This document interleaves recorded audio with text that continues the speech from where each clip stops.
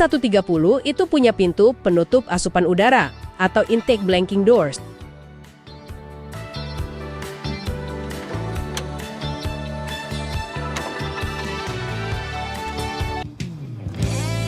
Biasakan menyimak berita dengan selalu ingat kepada Sang Pencipta agar bisa jernih dalam menyikapi informasi yang kita terima.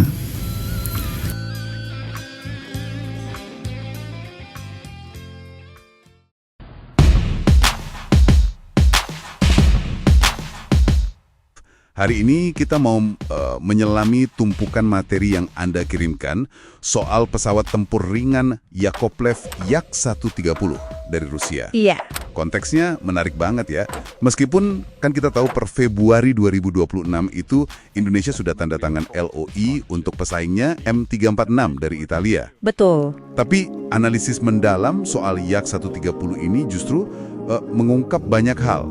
Jadi misi kita hari ini adalah untuk memahami kenapa Yak 130 ini, ya terlepas dari keputusan itu, tetap jadi studi kasus yang sangat relevan. Tepat sekali. Terutama tentang apa sih yang sebetulnya dibutuhkan sebuah platform pertahanan untuk negara kepulauan kayak Indonesia? Betul, betul.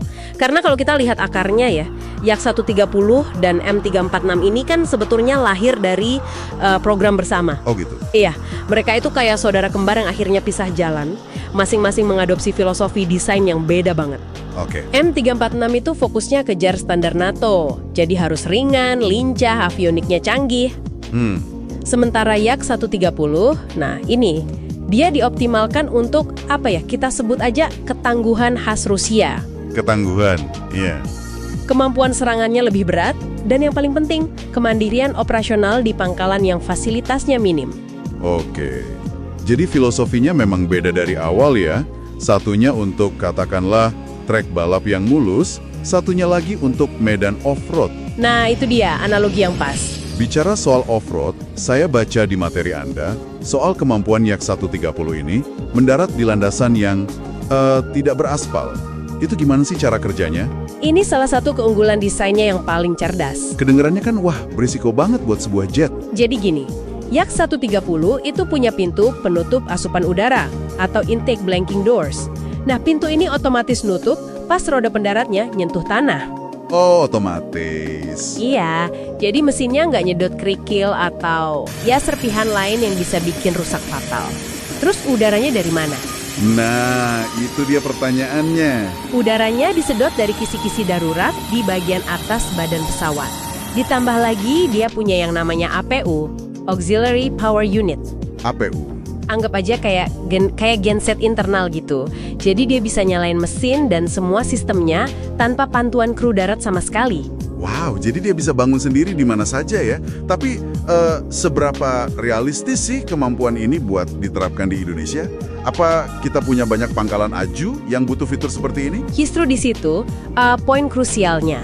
Ini bukan soal pangkalan yang sudah ada, tapi soal kemampuan membuat pangkalan di mana saja, kapan saja. Oke. Bayangkan sebuah pulau kecil di Laut Natuna Utara atau di perbatasan selatan yang mungkin cuma punya landasan tanah yang diperkeras. Dengan Yak 130, pulau itu bisa mendadak jadi basis operasi maju. Itulah yang namanya desentralisasi kekuatan. Pesawat ini nggak terikat sama infrastruktur bandara besar. Saya ngerti. Jadi ini mengubah cara kita memandang geografi kita, bukan sebagai hambatan, tapi sebagai serangkaian landasan pacu potensial di seluruh Nusantara. Luar biasa. Tepat. Tapi kan bukan cuma kemampuan fisik itu ya. Sumber Anda juga menyinggung soal hubungan keluarga antara Yak 130 dengan armada Sukhoi kita. Benar.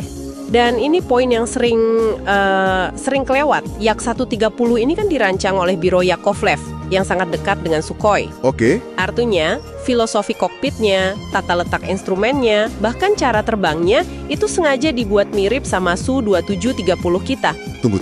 Jadi seorang pilot Sukhoi bisa langsung merasa di rumah gitu di kokpit Yak 130? Semirip itu? Sangat mirip. Sistem fly-by-wire-nya yang canggih itu bahkan bisa diprogram untuk meniru karakteristik terbang Sukhoi secara presisi. Wow. Tujuannya ya efisiensi. Sumber Anda menyebutkan, Yak 130 ini bisa mencakup sampai 80% dari seluruh program pelatihan untuk jet tempur berat. 80%? Iya. Artinya apa? Transisi pilotnya jadi jauh lebih murah, lebih cepat, dan yang paling penting, lebih aman. Oke, ini terdengar semakin ideal.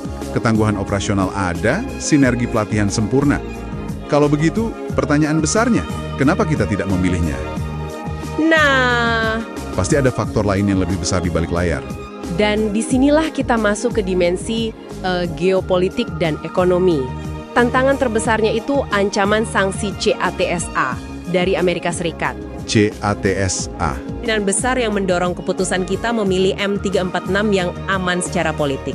Jadi ini soal menimbang resiko. Resiko sanksi versus resiko ketergantungan pada satu blok. Seperti yang kita pernah rasakan ya di tahun 90-an. Tepat, sebuah dilema klasik. Menariknya, materi Anda menunjukkan kalau pihak Rusia itu nawarin solusi. Solusi apa? Yak 130 ditawarkan dengan paket otonomi strategis. Jadi ada potensi transfer teknologi ke PT Dirgantara Indonesia. Dan yang paling unik, skema pembayaran barter. Barter. Betul, Pakai komoditas. betul. Kita bisa bayar pesawat pakai kelapa sawit, karet, atau kopi. Tujuannya untuk menghindari sistem finansial AS dan sanksi CATSA itu. Ini kan manuver geopolitik yang cerdas sebetulnya. Jadi kalau kita rangkum nih dari materi yang kita bedah, Yak 310 ini menawarkan ketangguhan untuk geografi kita, sinergi sempurna dengan armada yang ada, dan sebuah jalan menuju kemandirian industri pertahanan. Benar. Meskipun pada akhirnya M346 yang dipilih, karakteristik yang dimiliki Yak 310 ini sepertinya tetap menjadi semacam tolok ukur atau cetak biru dari apa yang idealnya kita butuhkan. Tepat sekali. Dan ini meninggalkan satu pemikiran ya untuk Anda renungkan. Silakan. Saat merancang postur pertahanan masa depan, mana yang harus jadi prioritas utama? Apakah keamanan politik jangka pendek dengan berpihak pada satu blok teknologi yang aman?